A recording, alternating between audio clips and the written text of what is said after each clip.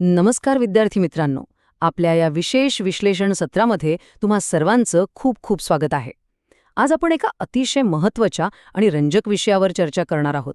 तुम्हाला माहिती असेलच, 2025 हे वर्ष सिक्कीमच्या राज्यनिर्मितीचं सुवर्ण महोत्सवी वर्ष आहे, म्हणजेच बरोबर 50वं वर्ष. आणि म्हणूनच UPSC आणि MPSC या दोन्ही परीक्षांच्या दृष्टिकोनातून हा विषय आता अत्यंत हॉट टॉपिक बनला आहे. राज्यव्यवस्था, पर्यावरण आणि भूगोल अशा तिन्ही अंगांनी आपण आज सिक्कीमचं हे मॉडेल अगदी डिकोड करणार आहोत. आता सुरुवातीलाच तुम्हाला एक असंभित करणारी फॅक्ट सांगतो. विचार करा, 50 वर्षापूर्वी नेमकं काय घडलं असेल. एप्रिल 1975 मध्ये सिक्कीममध्ये एक ऐतिहासिक सार्वमत म्हणजेच रेफरेंडम घेण्यात आलं होतं. आणि विशेष म्हणजे तब्बल 97.5% मतदारांनी राजेशाही संपुष्टात आणून लोकशाही भारताशी पूर्णपणे जोडले जाण्याच्या बाजूने कौल दिला. हा केवळ एक राजकीय निर्णय नव्हता, तर तो लोकशाहीच्या दिशेने उचललेले एक अत्यंत महत्त्वाचं आणि मोठं पाऊल होतं. पुढच्या काही मिनिटात आपण या सत्रात नेमकं काय पाहणार आहोत त्याचा हा थोडक्यात आराखडा. 1. पूर्ण राज्याकडे वाटचाल. 2. भूगोल आणि धोरणात्मक महत्त्व. 3. भारतातील पहिले सेंद्रिय राज्य.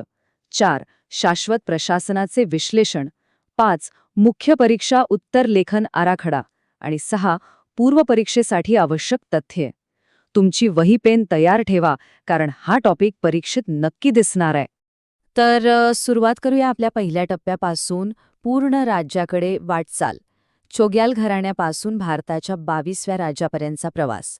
भारताचा एक अविभाज्य भाग बनण्यापूर्वी सिक्कीमचा ऐतिहासिक प्रवास नेमका कसा होता हे समजून घेणं खूप गरजेचं आहे.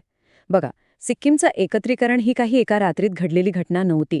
1642 मध्ये फुंडसॉंग नामग्याल यांनी चोग्याल घराण्याची स्थापना केली होती. पुढे 1947 मध्ये भारताला स्वातंत्र्य मिळाल्यानंतर लगेचच सिक्कीम भारतात सामील झालं नाही. त्याऐवजी 1950च्या भारत-सिक्कीम करारानुसार ते भारताचं संरक्षित राज्य म्हणजेच प्रोटेक्टोरेट स्टेट बनलं. म्हणजे काय, तर संरक्षण आणि परराष्ट्र व्यवहार भारताकडे होते, पण अंतर्गत स्वायत्तता त्यांच्याकडेच होती. नंतरच्या काळात वाढत्या राजकीय अस्थिरतेमुळे आणि लोकशाहीच्या मागणीमुळे 1974 मध्ये 35व्या घटनादुरुस्तीद्वारे सिक्कीमला सहयोगी राज्य म्हणजेच असोसिएट स्टेट हा एक युनिक दर्जा देण्यात आला. पण लोकशाहीच्या आकांक्षा तेवढ्याने पूर्ण न झाल्याने अखेर 1975 मध्ये सार्वमत घेण्यात आलं आणि 36व्या घटनादुरुस्तीने सिक्कीम अधिकृतपणे भारतीय संघराज्याचं 22वं राज्य बनलं. ऐतिहासिक पार्श्वभूमीनंतर आता आपण दुसऱ्या भागाकडे वळूया. भूगोल आणि धोरणात्मक महत्त्व. पूर्व हिमालयातील बफर. भूगोलाकडे जाण्यापूर्वी पॉलिटीचा म्हणजेच राज्यव्यवस्थेचा एक अत्यंत महत्त्वाचा पैलू इथे लक्षात घ्या.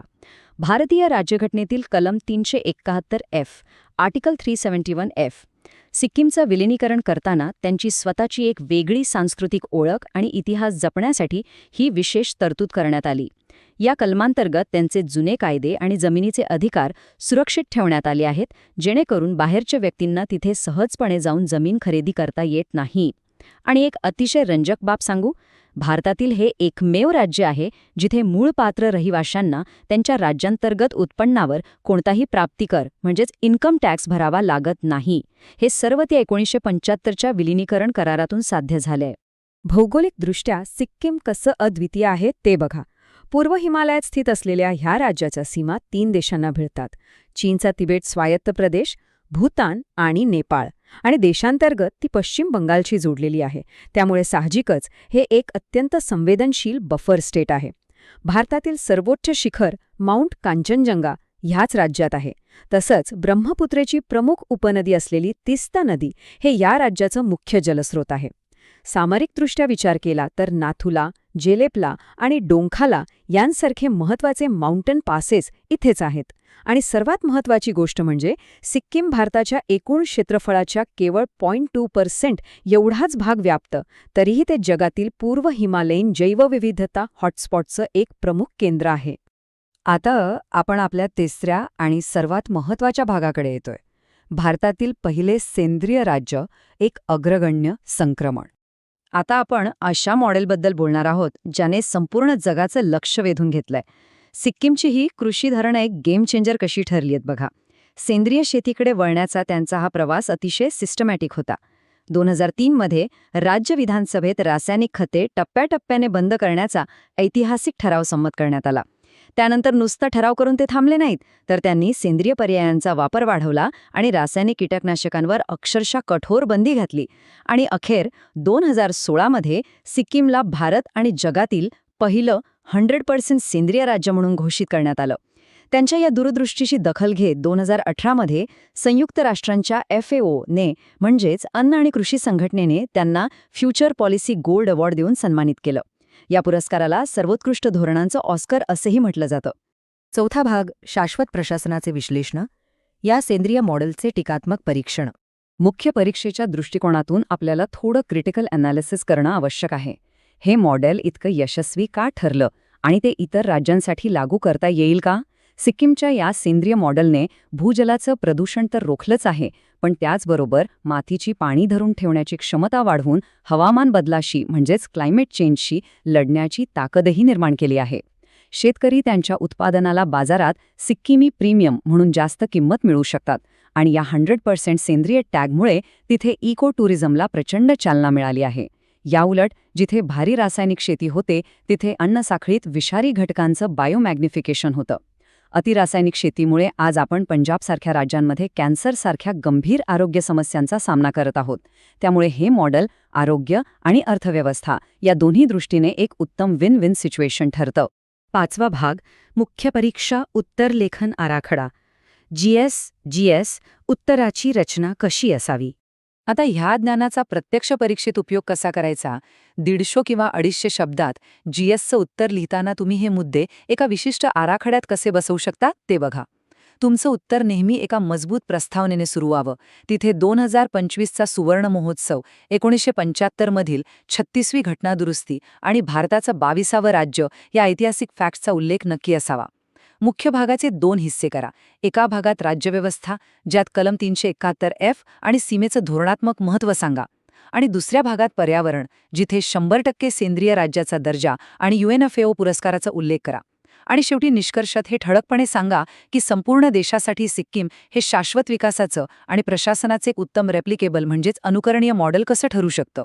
अशी स्ट्रक्चर्ड मांडणी केलीत तर तुम्हाला नक्कीच चांगले मार्क्स मिळतील.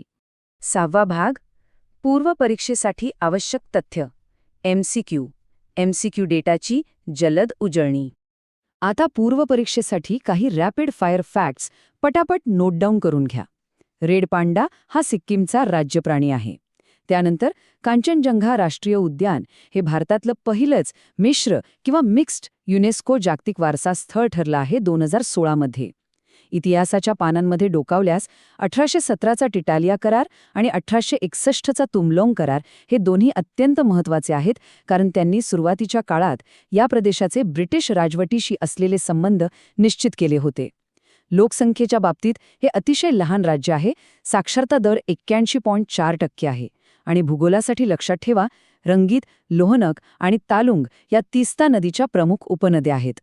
आणखी काही महत्त्वाचे भौगोलिक आणि करंट अफेअर्सचे मुद्दे.